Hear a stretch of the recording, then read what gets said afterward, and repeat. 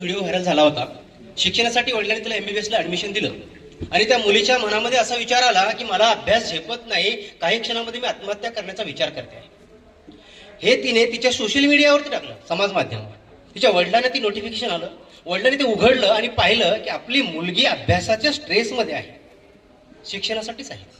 समाज माध्यम आहे, ती मुलगी स्ट्रेसमध्ये आहे. वडिलांनी तिला 0 मिनिटाचा विचार न करता व्हिडिओ कॉल केला आणि व्हिडिओ कॉलवरती मुलगी अवेलेबल होती आणि म्हणाली, पप्पा मी हरले, मी तुमच्या अपेक्षाची पूर्तता करू शकत नाही, अभ्यास मला झेपत नाही, मी खूप थकले आहे, तुमच्या अपेक्षाच्या ओझ्याने मी थकले आहे.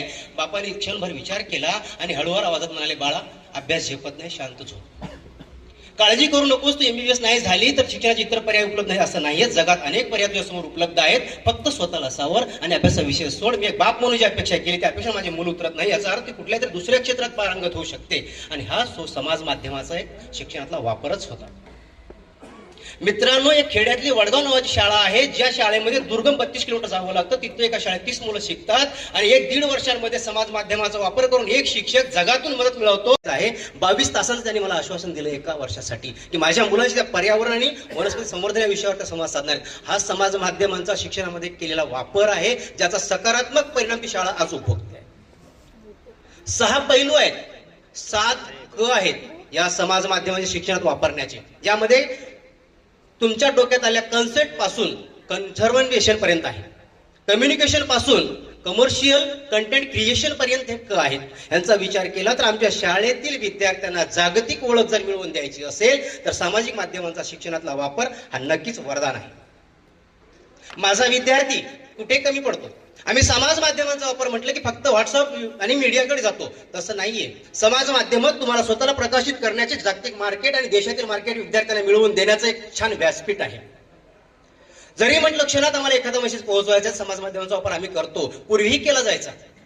न्यूज पेपर सुद्धा समाज माध्यमच आहे, ते कुठे वेगळं आलेलं नाहीये.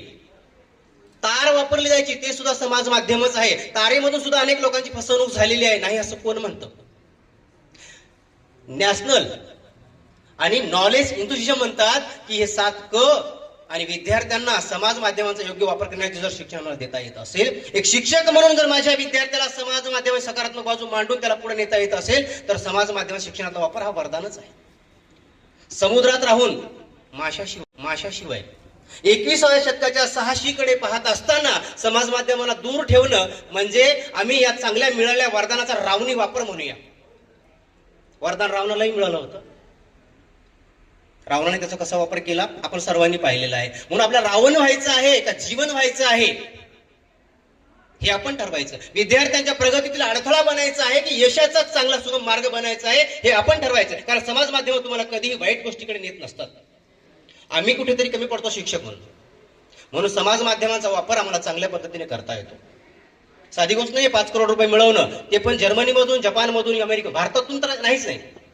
जर्मनीची नोव्होसायन्स नावाची कंपनी आहे, प्रत्येक विद्यार्थ्याला 5-5 लाखापर्यंत टॅब देते. आदिवासी मुलं कातकरी. माझ्याकडची भारतीय जानू भोईर नावाची मुलगी इंग्रजीमध्ये एकदम सलग भाषण देते, इंग्रजीमधून बोलते. का बोलते तर जर्मनीतला एक ट्युटर माझ्या मुलीला इंग्रजी शिकवतो. अल्कले अमायस नावाची कंपनी 9 संशोधक माझ्या 32 मुलांसाठी माझ्या शाळेत देते आणि ती शाळा 7व्या महिन्यानंतर 126 पट गोळा करते. इंग्रजी माध्यमातले 72 विद्यार्थी सामाजिक माध्यमांचा शिक्षणात वापर केल्यामुळे माझ्याकडे कुठल्याही जाहिरातीशिवाय माझ्या वैयक्तिक समाज माध्यम सोडलं तर दाखल होतात. मी कुठल्याही पालकाकडे जात नाही आणि विद्यार्थी माझ्याकडे येतात. हा समाज माध्यमांचा शिक्षणात केलेला सकारात्मक वापर आहे आणि हा वरदान मी चांगल्या पद्धतीने वापरलेला वरदान आहे. ह्याच्या व्यतिरिक्त अजून काय तुम्हाला सांगावं? आम्ही म्हणतो मीडियापासून, मला ते कुठेतरी वाईट वाटत होतं, चुकीचं वाटत, एकच शब्द दिला गेला होता. धन्यवाद. या व्यतिरिक्त अजून वेगळं मी काही सांगू शकत नाही. समाज माध्यमांचा वापर विद्यार्थ्यांसाठी योग्य आहे हे मी मान्य करतो, पण आमच्या जिल्हा परिषद शिक्षकांसाठी ती डोकेदुखी आहे. दर 10 मिनिटात टाक माहिती. तुम्हाला काय वाटतं? सर, मी जिल्हा परिषद शिक्षक आहे, सांगतो, मी जिल्हा परिषदचा शिक्षक आहे. आली या भोगाशी असावे सादर, हा चित्ती असू द्यावे समाधान. ह्याच्या व्यतिरिक्त मी काही बोलू शकत नाही. ह्याचं उत्तर तुम्हाला टाळ्या वाजवल्यावर तुम्हाला उत्तर मिळालेलं आहे. काळाबरोबर आम्हाला बदलावं लागेल सर. संत तुकाराम महाराजांनी गाथा लिहिली सर, आता डिजिटल गाथा आहे सर. मग तुकाराम महाराजांनी गायली असं म्हणता येणार नाही, परंतु तुकाराम महाराजांचं नाव शेवटपर्यंत असणार आहे त्याच्यासोबत, गाथेसोबत. धन्यवाद. कायमस्वरूपी आहे सर, शेवटच्या क्षणापर्यंत टिकून राहिलेले आमचे शेवटचे स्पर्धक एक प्रश्न विचारतो मी. महाराष्ट्र शासनाने अगदी काही आठवड्यापूर्वी प्रसार माध्यमांचा वापर यावर शासकीय कर्मचाऱ्यांसाठी नियमावली काढली, यावर आपलं मत काय आहे? सर, कदाचित युट्यूबवरती बरेचदा मी पाहत असतो किंवा फेसबुकवरती पाहत असतो, आपण कार्यालयीन शासकीय विद्यार्थ्यांच्या वेळेमध्ये आपण लाईव्ह असतो. कदाचित त्याच्यावर प्रतिबंध म्हणून तसं केलं गेलं असेल. धन्यवाद. धन्यवाद सर. यानंतर जोरदार टाळ्यांच्या गजरात तेवढ्याच उत्साहाने आणि ऊर्जेनं कायमस्वरूपी शेवटपर्यंत